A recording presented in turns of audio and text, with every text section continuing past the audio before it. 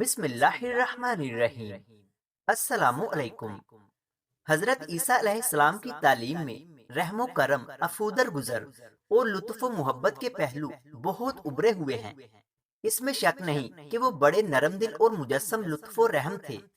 اس کی وجہ یہ تھی کہ وہ جس زمانے میں پیدا ہوئے اور پیغمبر بنائے گئے، اس زمانے میں بنی اسرائیل کو انہی باتوں کی زیادہ ضرورت تھی۔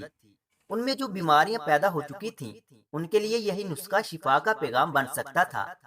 حضرت موسیٰ علیہ السلام جو شریعت لائے تھے، اس کی غرض یہ تھی کہ لوگوں کو خدا کے فرما بردار اور نیک بندے بنایا جائے۔ بنی اسرائیل جب دنیا داری میں پھنسے اور خدا کو انہوں نے بلا دیا، تو خدا کا قانون ان کے نزدیک لوگوں کو صرف سزا دینے کا ذریعہ رہ گیا۔ انہیں نیک اور حق شناس انسان بنانے کا فرض بلا دیا گیا۔